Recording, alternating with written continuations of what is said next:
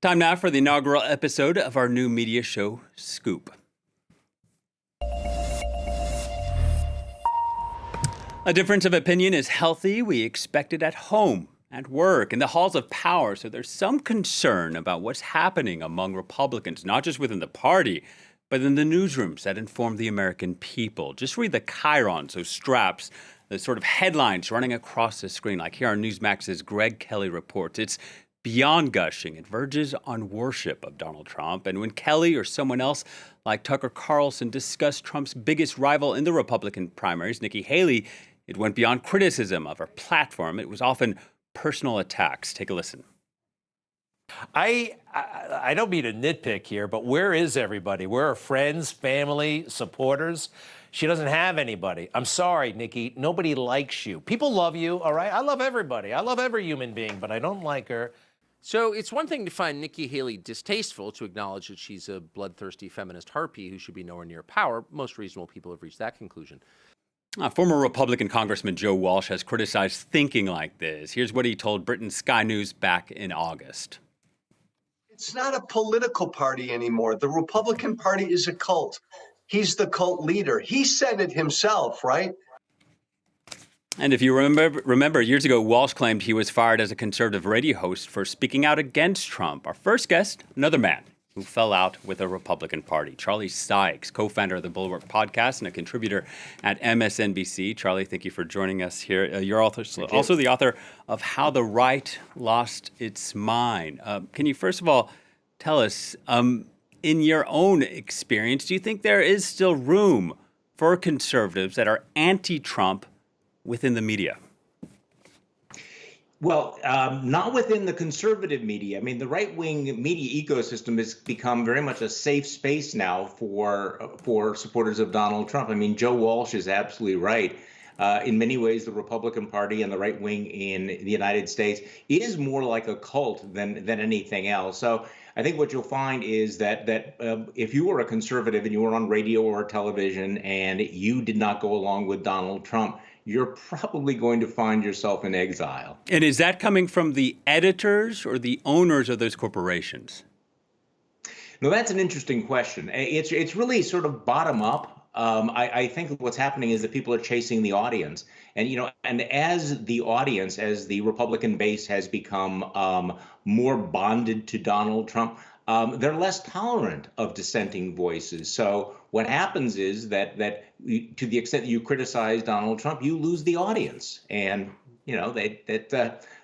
so it becomes inevitable that you're probably headed toward the exits. Talk to me about that, chasing the audience. I mean, if you listen to Bill O'Reilly, he claims Fox is a leader in America only because it has better talent. But is there something more nefarious going on, like fear mongering or manipulation of the public? Well, there is fear mongering and there is manipulation, but Fox is obviously not the only network out there. There's this vast ecosystem and network now of right-wing influencers on YouTube, social media that will spread the Trumpian message, far and wide, to the point where, quite frankly, we have about 40% of the country that will not hear negative news about Donald Trump, no matter what Joe Biden says, no matter what investigative reporting turns up about Donald Trump. You have tens of millions of Americans that will never hear it or will only hear the spin of the hosts of Fox News and some of these other outlets like the ones you just played. Yeah, and if they don't hear it, then like you say, it's not being reported. Are the newsrooms like these, Newsmax, OAN, Fox, would you call their employees journalists or would you call them political operatives?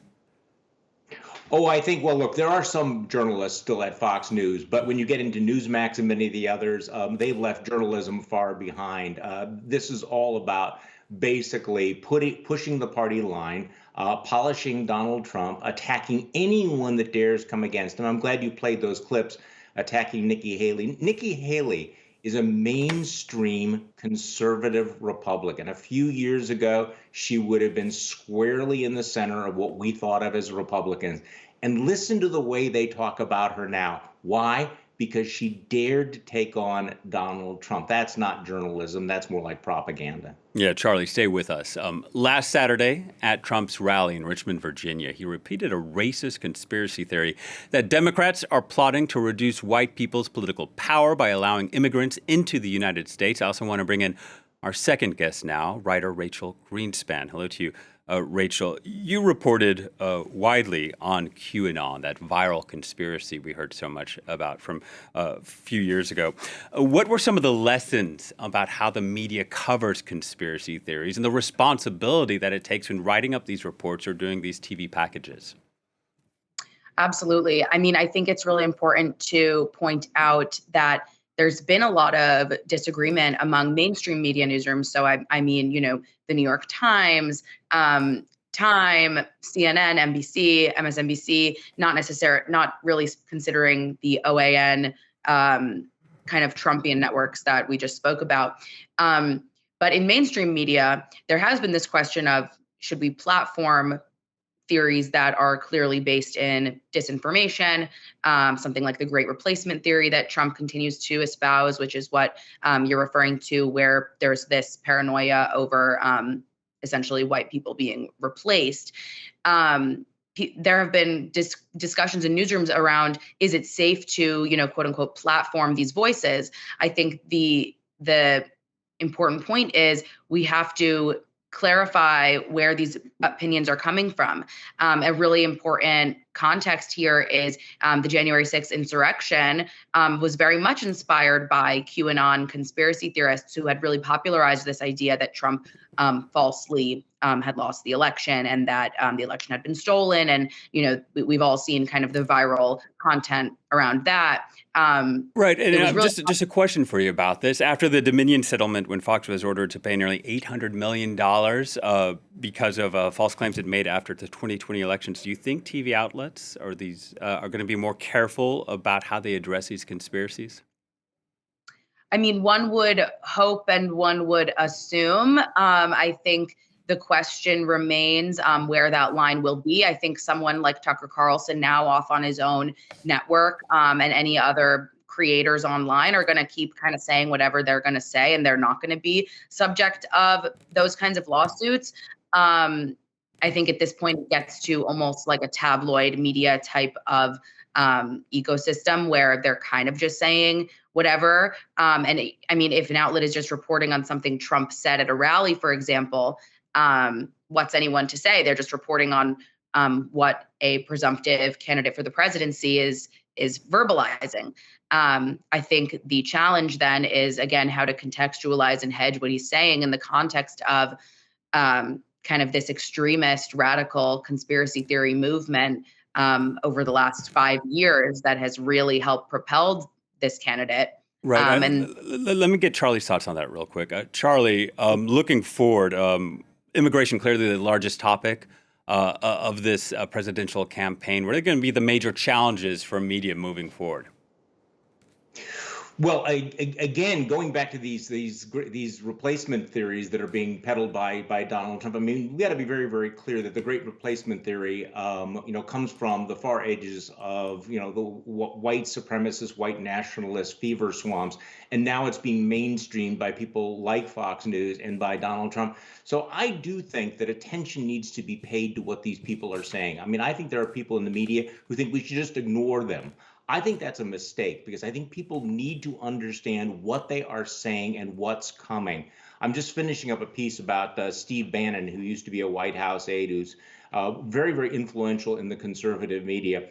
And my argument is, if you want to know what Donald Trump is listening to and where the right wing in America is going, you need to pay attention to these guys. You need to listen to the kinds of theories, the kind of language they're using. You have, for example, QAnon used to be a fringe movement, a conspiracy theory. Now you will see QAnon rhetoric being repeated and echoed from the stage when Donald Trump is on the stage or when there's a conservative organization like CPAC. So I think it's very, very important to cover what they are saying.